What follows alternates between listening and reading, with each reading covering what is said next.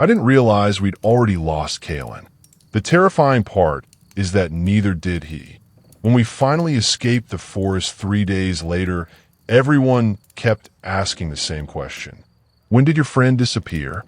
I never had an answer, because the person who walked out of those trees with us looked exactly like Kalen. He remembered my birthday. He remembered the scar on my shoulder from a rafting accident 8 years earlier. He even remembered the joke we'd been making in the truck that morning. If he wasn't Kalen, then whatever replaced him had been listening long before we noticed. Here's what actually happened. There were 4 of us on that trip: Kalen, Thayer, Isolde, and me. We'd been hiking together for nearly 6 years, long enough that silence never felt awkward. None of us chased dangerous trails or abandoned places. We camped to get away from people, not to tempt fate. The destination was a remote basin tucked between 2 ridges in the Alderback National Forest. It wasn't famous. In fact, most hikers skipped it because the 6-mile approach offered nothing spectacular until the very end. That was exactly why Kalen picked it. No crowds, he said as we unloaded our packs. Just us. The trail began beneath towering pines before winding into older forest where the trunks grew so thick that 3 people linking hands couldn't wrap around them. By late afternoon, we reached a small clearing beside a narrow creek. It wasn't marked as a campsite, but someone had used it before. A ring of smooth stones surrounded an old fire pit. Several logs had been arranged into rough seats. Whoever camped there had left nothing behind, not even ashes.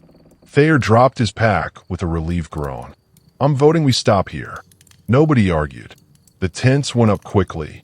Isolde wandered toward the creek to fill water bottles, while Kalen began splitting deadfall into smaller pieces for the fire. Everything felt ordinary, comfortable, the kind of evening you hope every camping trip becomes. Then I noticed something strange. The forest was quiet, not unusually quiet, completely quiet. No insects, no birds, no breeze. Even the creek seemed quieter than it should have been. I mentioned it to Isolde. She stopped filling the bottle and listened. That's odd. Before either of us could say anything else, the sound returned. A single bird called somewhere above the canopy. Then another. Within seconds, the forest sounded normal again. We laughed it off. Looking back, I wish it had stayed silent. As the sun dipped behind the ridge, Kalen stood and stretched.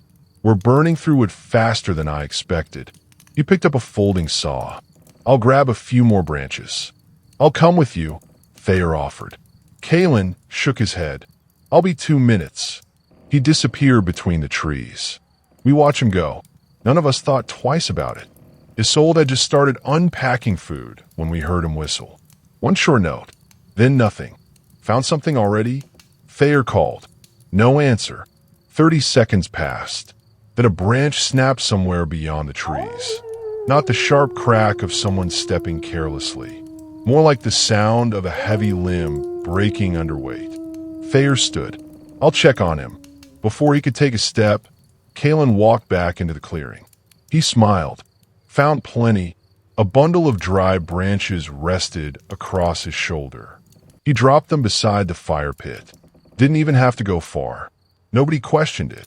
Why would we? He looked tired, slightly out of breath. Exactly the way someone would after dragging wood through the forest. Dinner came and went. We joked.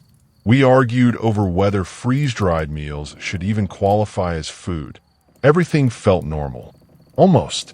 Then Kalen handed me my metal mug. I left it beside my backpack. He'd been facing the opposite direction. Here, he said. You forgot this. I stared at him. How did you know it was mine? He frowned. What do you mean? It doesn't have my name on it. He looked down at the mug, as though noticing it for the first time. I just knew. The conversation ended there. It was too small a thing to dwell on. Until it happened again. When Isolde couldn't find her headlamp, Kalen reached beneath a fallen log without searching. There. It was exactly where she found it. She blinked. I never told anyone I put it there. Kalen looked genuinely confused. I thought you did. No one laughed. Later that night, while the fire burned low, Thayer leaned close enough that only I could hear him. Can I ask you something? I nodded. When Kalen came back, he glanced toward the fire, making sure Kalen wasn't listening. Did you notice he walked into camp from the wrong direction? A cold weight settled in my stomach. Because I had noticed. I just hadn't realized it until that moment. Kalen had left by following the creek upstream. But when he returned, he had come from the opposite side of the clearing, where the forest was so dense. There wasn't a path at all. I told myself there had to be a simple explanation. Maybe he'd wandered in a wide circle while looking for dead branches. Maybe I just hadn't been paying attention. The human mind fills in details all the time. That's what I kept telling myself.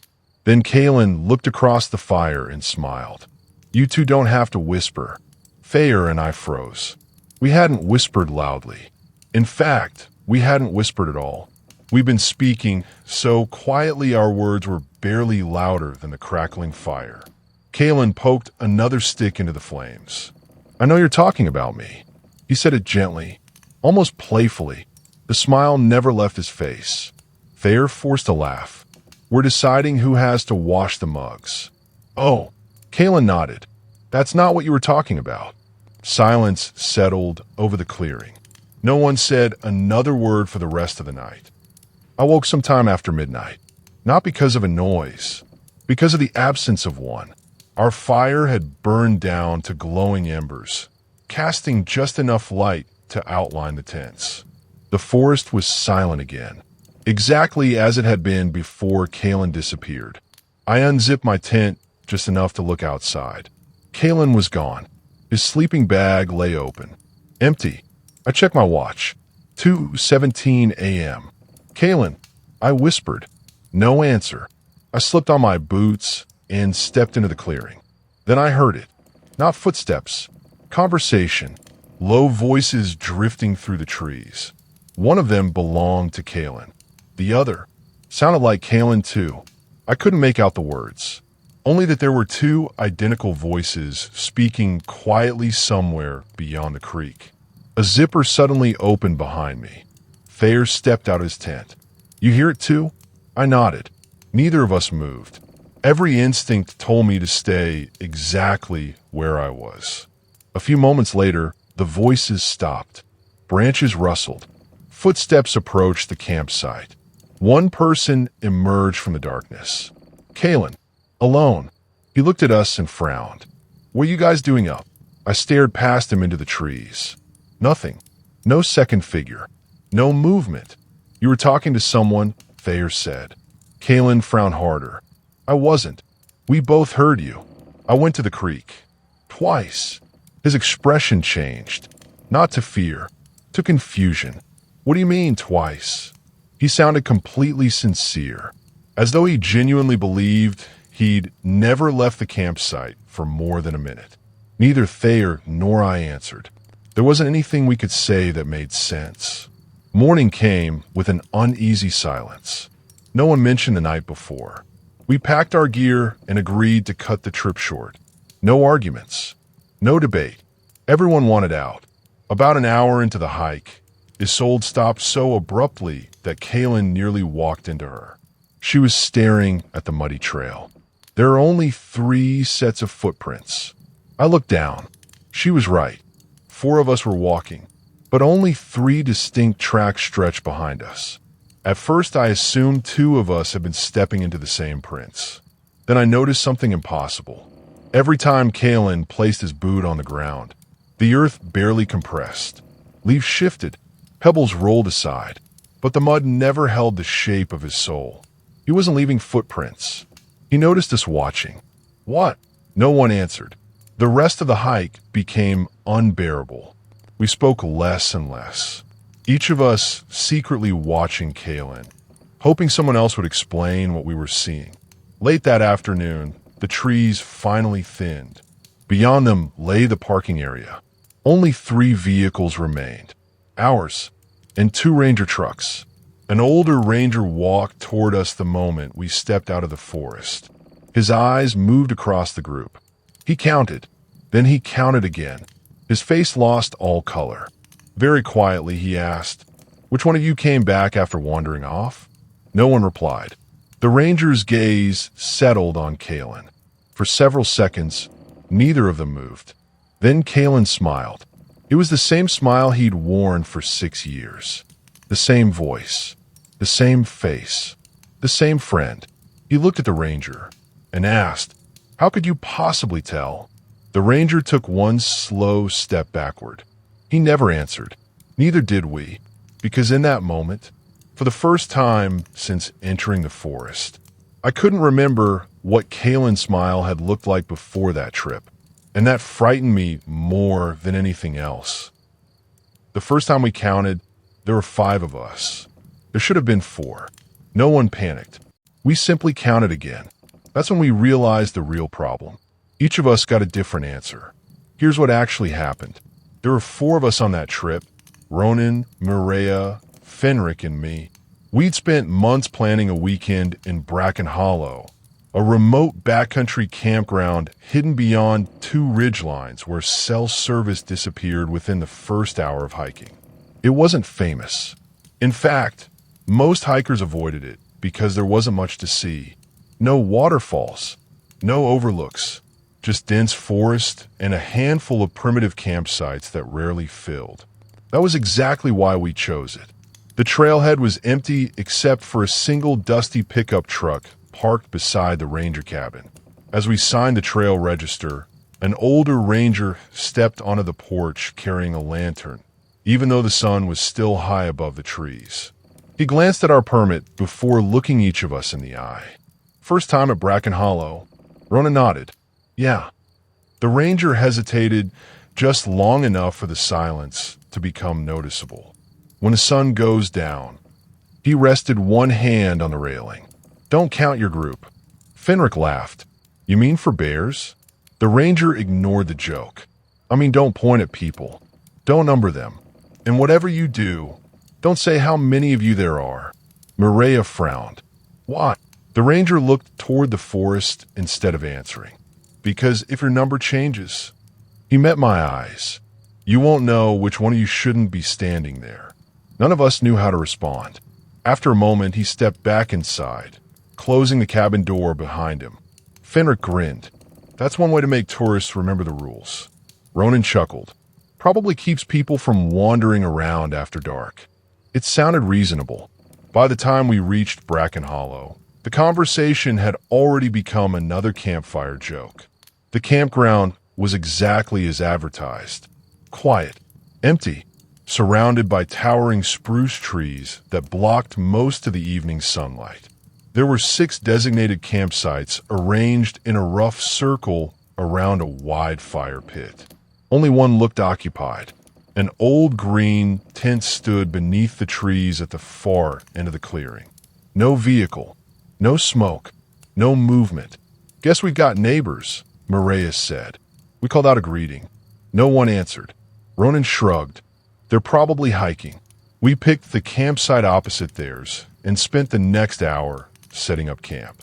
As the sky turned orange, I noticed something odd. The green tent hadn't moved.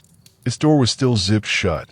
No footsteps, no voices, no sign that anyone had entered or left. Yet a metal mug sitting outside the tent was still steaming. I walked a little closer. "Might want to leave their stuff alone," Fenric called. "I know." I stopped several yards away. The steam continued curling into the cold evening air. Fresh, as though someone had poured coffee less than a minute earlier. Then a zipper slid open. Not ours. The green tent. All 4 of us turned. The door slowly folded back. We waited for someone to step outside. No one did. The opening remained dark. Empty. Maria whispered. "Did anyone see who unzipped it?" None of us had. Ronan took a cautious step forward. "Hello." No answer. Just as he reached the edge of their campsite, the sun disappeared behind a ridge. Almost instantly, the temperature dropped. The ranger's warning came rushing back. "When the sun goes down, don't count your group." Fenric laughed nervously. We're seriously letting that old guy get into our heads. He looked around the clearing, then casually pointed. One. Ronan turned toward him. What are you doing? Fenric smirked. I'm proving how ridiculous this is.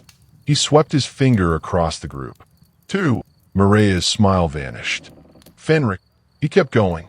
Three. A cold breeze drifted through the campground. The trees fell silent. Four.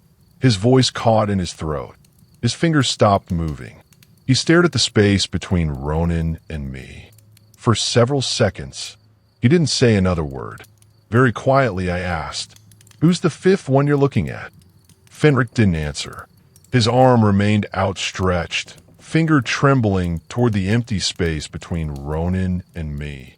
What do you see? Morea whispered. He swallowed hard. Someone.